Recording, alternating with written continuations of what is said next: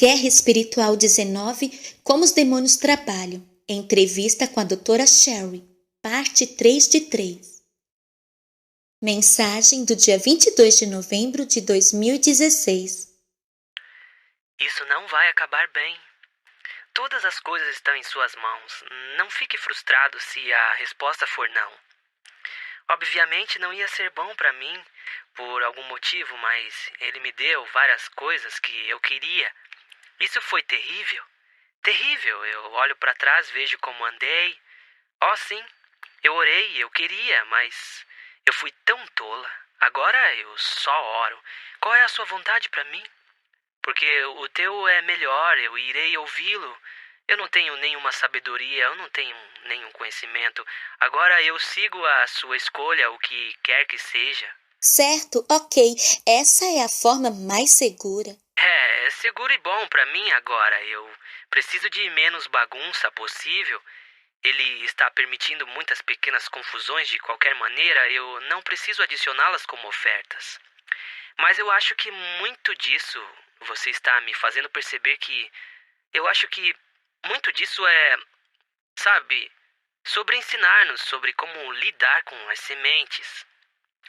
Essas pequenas frustrações ou irritações não são apenas ofertas, elas são a chave para obtermos todas essas sementes ao longo do dia.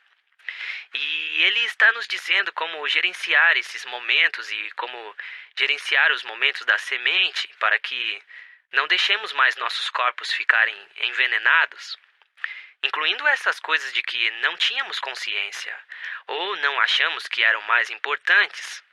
E eu conheci alguém ontem que disse assim para mim: "Eu vou fazer isso mais tarde, eu vou fazê-lo mais tarde", ele disse. E isso não acabou acontecendo. Eu não me lembro qual era o seu problema, mas havia algo relacionado à sua saúde que era complicado também. Ele realmente não notou porque era uma coisa crônica, era um pouco melhor, um pouco pior, um pouco melhor. Mas é sempre pior quando as sementes estão lá e quando demoramos, ele vem e nos diz: "Eu disse para não demorar, porque isso vai causar um problema. Por favor, meus filhos, eu estou dizendo para o seu próprio bem. Você pode fazer isso sempre. Mas há consequências, então é sempre uma questão de nossa escolha."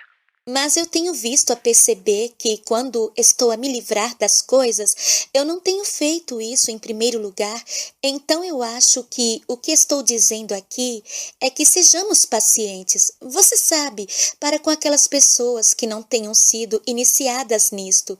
Eu mesma estou mal iniciada nessa mesma situação, de ser paciente e prestar atenção de modo delicado.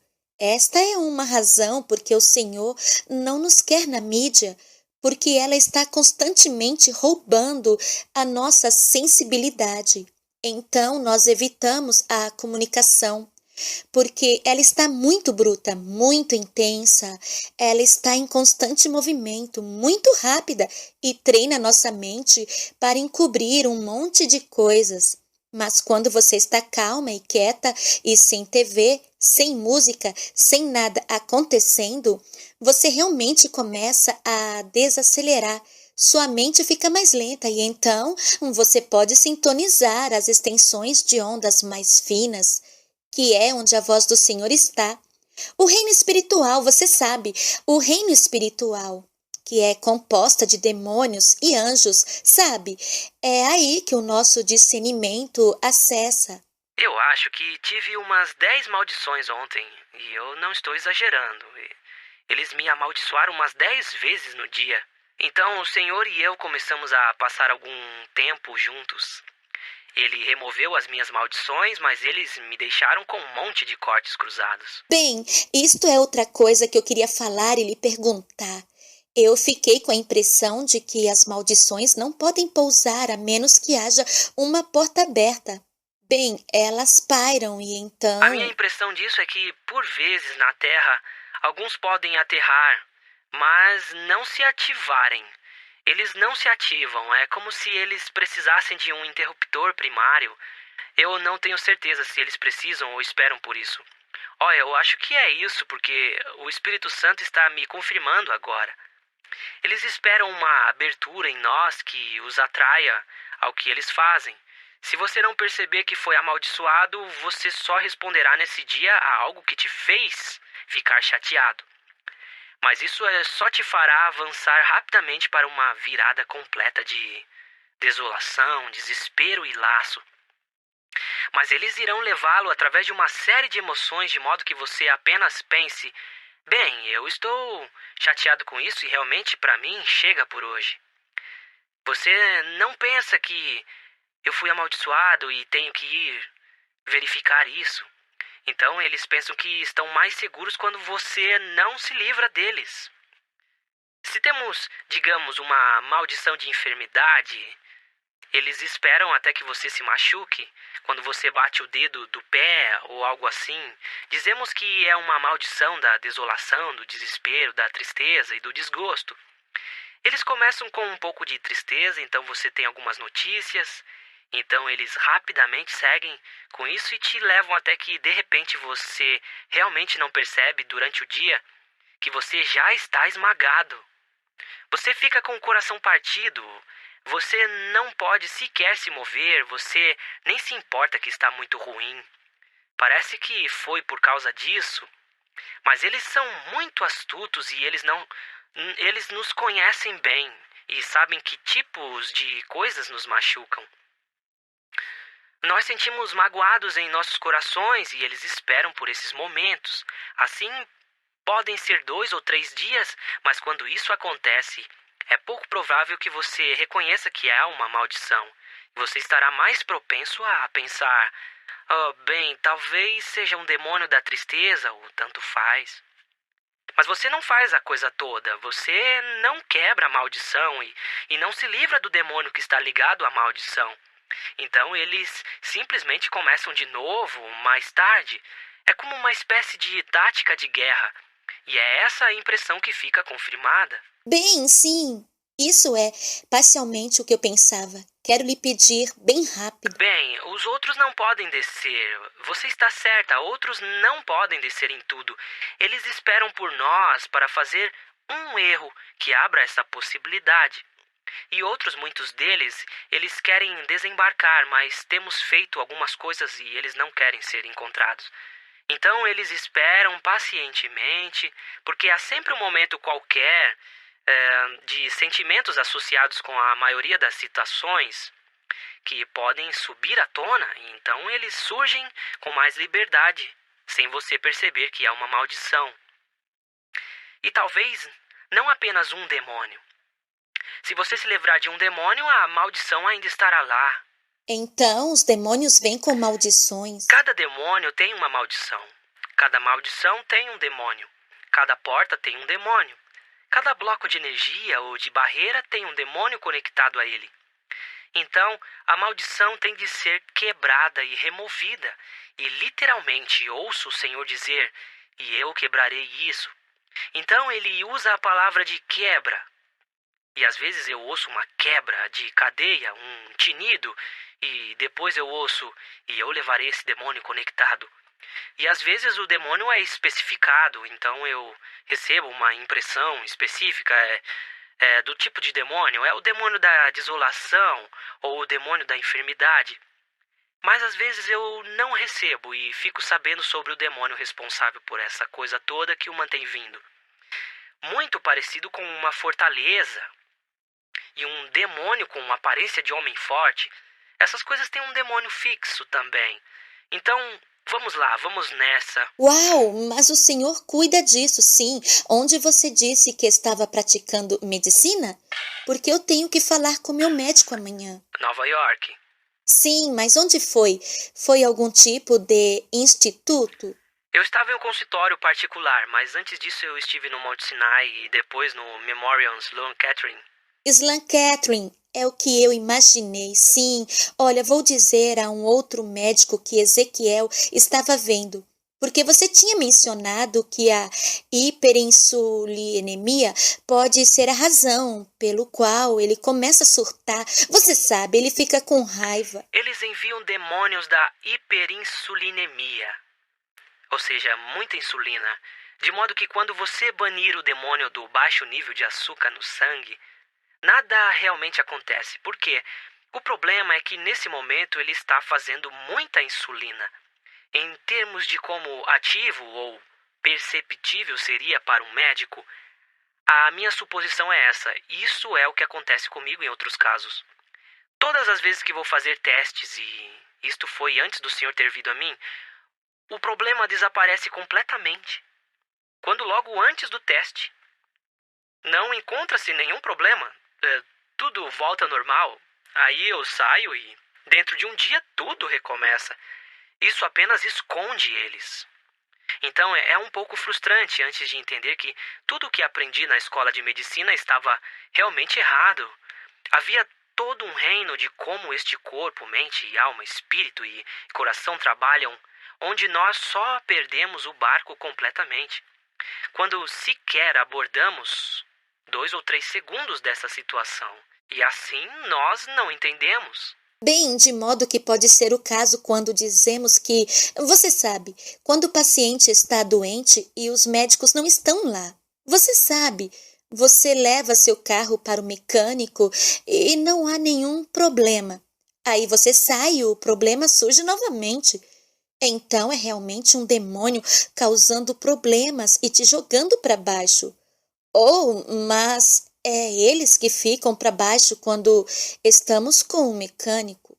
Certo, eu não acho que a maioria dos médicos pode removê-los, mas por que não dar a alguém qualquer ideia sobre investigar essa bondade?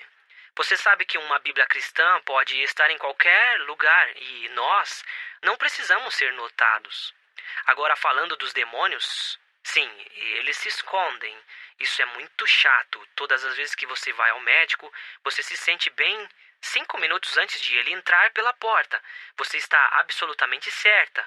Porque quantos anos eu lido em ambos os lados, como paciente e médica, isso acontece o tempo todo, a menos que algo esteja realmente grosseiramente mudando em minha carne. É o mesmo em sangramentos que param, infecções que de repente olhamos um pouco melhor. É isso, agora faz todo sentido. Obrigada, você está certa. Muitos sorrateiros, a maioria dos médicos não acreditam nisso, mas você tem algo espiritual sem ser religioso e que acredita que pelo menos isso controla o estado da nossa saúde física, espiritual, emocional, saúde mental também. Isso é apenas um pouco que sei. Esses são os que estão mais humildes e, pelo menos, eles pensam que quanto mais eu estudo, menos eu sei como tudo funciona. E também temos um outro grupo que diz, eu sou Deus. Literalmente mesmo, eu sou Deus. Eu já ouvi alguns. Um neurocirurgião foi o último que eu ouvi. Ele disse, eu sou Deus. Um cirurgião de coração disse, eu segurei o coração na mão. Eu era Deus naquele momento. Estou pensando, bem, Deus poderia ter estado em você, usando suas mãos. Mas, não, você ser Ele, não.